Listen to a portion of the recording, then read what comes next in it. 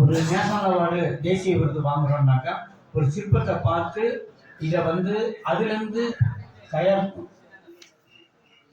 அதிலிருந்து தேர்ந்தெடுக்கப்பட்டதுதான் ஒவ்வொரு விருதுகளும். ஆனால் எனக்கு வழங்கப்பட்ட விருதானது நான் 9ஆம் வகுப்பு படிக்கிற காலத்திலிருந்து இன்னைய வரைக்கும் என்னுடைய நடவடிக்கை என்னங்கிறத உளவுத்துறையிலேருந்து என்னை எடுத்துருக்காங்க.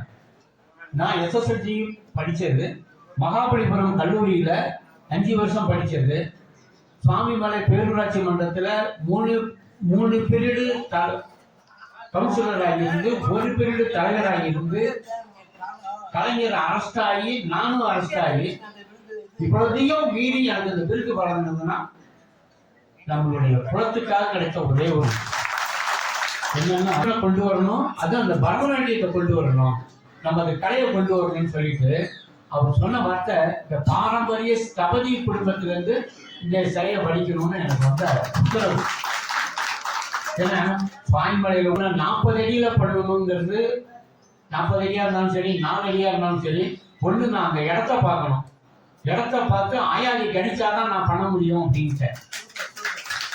அதே தமிழ்ச்சங்கத்தில் முதல் மீட்டிங்ல இருக்காரு. எனக்கு இந்த வாய்ப்பு வந்தோன்னே நான் இரவே எனக்கு டெல்லி கொண்டு போயிட்டாங்க. கொண்டு போய் அந்த இடத்த நான் பார்த்தேன். 40 அடி சிலை செய்து இந்த இடத்துல வச்சோம்னா நம்ம கீழே இருந்து பார்க்கும்போது அடி தொட தான் தெரியும், இந்த கை தூக்கின கை அடியில தான் தெரியுமோ ஒழிய முகம் தெரியாது அப்படின்னு சொல்லிட்டு, அப்போ நான் தமிழில் சொல்ல ஹிந்தியில் எழுதிட்டாங்க. அந்த சிலை நிறுவப்பட்ட இடத்துல இருந்து நடந்து பார்த்தேன். பார்த்துட்டு பாரத பிரதமருங்கிற பெயருக்கும் பாரதங்கிற பெயருக்கும் ஆயாதி கழிக்கிறதுன்னு உண்டு. ஒரு சிற்பத்திலேயோ ஒரு கோயில் கட்டுமானம் வரும்போதும் அந்த ஊரினுடைய பெயரு, அந்த கர்த்தாவனுடைய பெயரை வச்சு ஆயாதி கழிக்கிறது.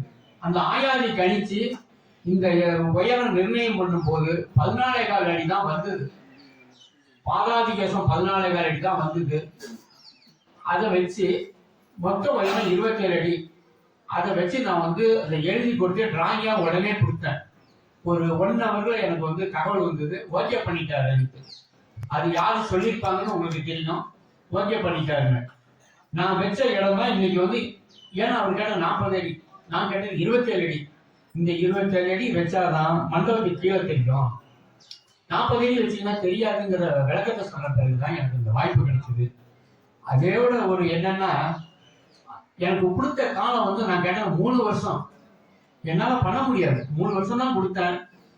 அது அடுத்தது என்னன்னா, 1.5 மாசம் 6 மாசம் தான் இருக்கு, வேற வழி இல்லை அப்படின்னு ITIல இருந்து வர மோடிஜிட்ட போய் நான் அதை சொல்லி முடியாதுன்னு சொல்ல முடியாது, எப்படியாவது நீ பண்ணிதான் ஆகணும்னு அந்த அந்த பணியை நான் பண்றேன்னு ஒத்துக்கிட்டேன்.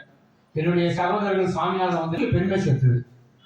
ஏன்னா நம்ம 5 தொழில சாதிக்கக்கூடிய ஒரே பணி சிற்பத்துறை தான். கொலையா இருக்கட்டும், கல்லா இருக்கட்டும், மரமா இருக்கட்டும். ஏன்னா பிரம்மாண்டத்தை காமிக்கக்கூடிய பணிகள் அந்த சிற்பத்தை கோயிலை சார்ந்தது, அந்த பணிகளை தான் முடிக்க முடியும். கிடைச்ச பெருமை என்னன்னா, அந்த இதுல பிறந்தோம், நமக்கு ஒரு வாய்ப்பு கிடைச்சது. நான் மட்டும் இல்லை, எனக்கு பேப்பர் வாங்கினேன். ஒரு பக்கத்துல முன்பக்கம் வரைஞ்சேன், ஒரு பக்கம் சைடு வியூ வரைஞ்சேன். லோடு முன்னாடி எவ்வளோ இருக்கும், பின்னாடி எவ்வளோ இருக்குன்னு வரைஞ்சி அந்த பேப்பரை தூக்கி போட்டேன். இதான் சார் அப்படிங்கும்போது யார் கேரண்டின்னாங்க. நான் தான் கேரண்டி, என்னோட குடும்பம் கேரண்டி அப்படின்னு சொன்னாங்க. சொன்ன பிறகு இவ்வளவே பார்த்துட்டு ஒரு ITIல அந்த கமிட்டி மெம்பர்ஸுக்கு முன்னாடி ஒரு ஆள் சீஃப் எழுந்திரிச்சு என் கையை கொடுத்தேன், பண்ணுங்க அப்படின்ட்டு. சரின்னு சொல்லிட்டு நான் பெருமைக்காக சொல்ல, எல்லாரும் தெரியணுங்கிறதுக்காக சொன்னேன். ஏன்னா பண்ணிட்டாரு, சிலையை கொண்டு போய் அப்படியே நிற்கிறோம். 1 டன்னு 1.5 டன்னு 23 டன்னு அப்படியே குறைஞ்சு 0 டன்னில் அடிக்கிற சிலை அப்படியே ஆடிட்டு இருக்கு. வைக்க போற நேரத்தில் எல்லாரும் நவுந்து போங்கன்ட்டேன். அப்ப இந்த மைய சூத்திரம் பார்க்கறது தூக்க கொண்டு வச்சு பார்க்குறோம். பார்க்கும்போது யாருமே கிட்ட வராதுங்க. ஏன்னா அவன் இன்ஜினியர் பயப்படுறான், முன்னாடி விழுந்துருன்னு. நான் சொல்லிட்டேன், விழுந்தா என் மேல விழுத்தம், முன்னாடி விழாது அப்படின்னு. நான் அப்படியே தூக்கி நின்று பார்த்து மையம் பார்த்து வைக்கும் போது, நான் டிராயிங் போடும்போது 9 இன்ச்சில் 2 ஒட்டு பீஸ் ரெடி பண்ணி வச்சிருந்தேன். எங்க பசங்கிட்ட சொன்ன அந்த உட்டி பைசா உடனே சொருவிடாங்கன்னா சொருவினாங்க, நின்றுடுச்சு. அப்படியே என்ன பண்ணாங்க, எங்க ஆட்களை 2 பேரை முன்பக்கமா ஏறி பின்பக்கமா இறங்க சொன்னேன், பின்பக்கம் ஏறி முன்பக்கம் இறங்க சொன்னேன். பார்த்து ஓகே பண்ணிட்டாங்க. மோடிஜி வந்து யோகா முடிச்சுட்டு வாக்கிங் முடிச்சுட்டு அந்த ஃபீல்டில் வந்து உட்காந்து அந்த அந்த சீனை பார்க்குறாரு. நாங்கள் நடராஜா கீழே நிற்கிறோம், அவரு அந்த கேமராவில் வழியாக பார்க்குறாரு. அந்த நடராஜா தூக்கி நிற்கும் போது 6:10 நடராஜாவை தூக்கி நிற்கிறதுக்கும் சூரியன் உதிக்கிறதுக்கு கரெக்டாக இருந்தது. அந்த கால் இருந்து சூரியன் வந்த எங்க கண்ணுக்கு தெரியல, அவரு கேமராவில் பார்த்தாரு. அதனாலதான் அன்னைக்கு வாட்ஸ்அப்ல எனக்கு ஒரு தகவல் கொண்ட அன்னைக்கு நான் வந்து மோடிஜி கிட்ட போய் வணக்கம் தான் வச்சேன். டக்குன்னு என் கையை பிடிச்சாரு. அது 94வது தலைமுறை அப்படின்னு சொல்லி தான் என்னை கூப்பிட்டாங்க. அதை பார்த்து எனக்கு கையை பிடிச்சாரு. அடுத்தது நான் உள்ளுக்குள்ள போன போட்டோலாம் எடுத்து உள்ள போன பிறகு என்னுடைய குடும்பத்தார்ட்ட, என்னுடைய மனைவி, என்னுடைய பிள்ளைங்கள்ட்ட தமிழ்நாடு பூரா செங்கக்கல் வசூல் பண்ணாங்க. அதுல எங்க அப்பா கையால நான் பஞ்சலோக செங்கக்கல் பண்ணி அதை வச்சோம்.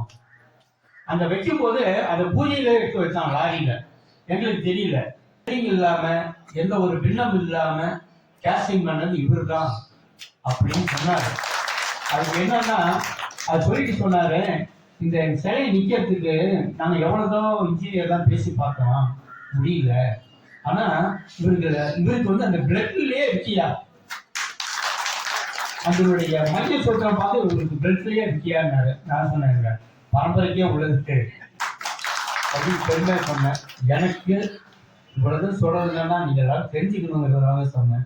சாதிக்க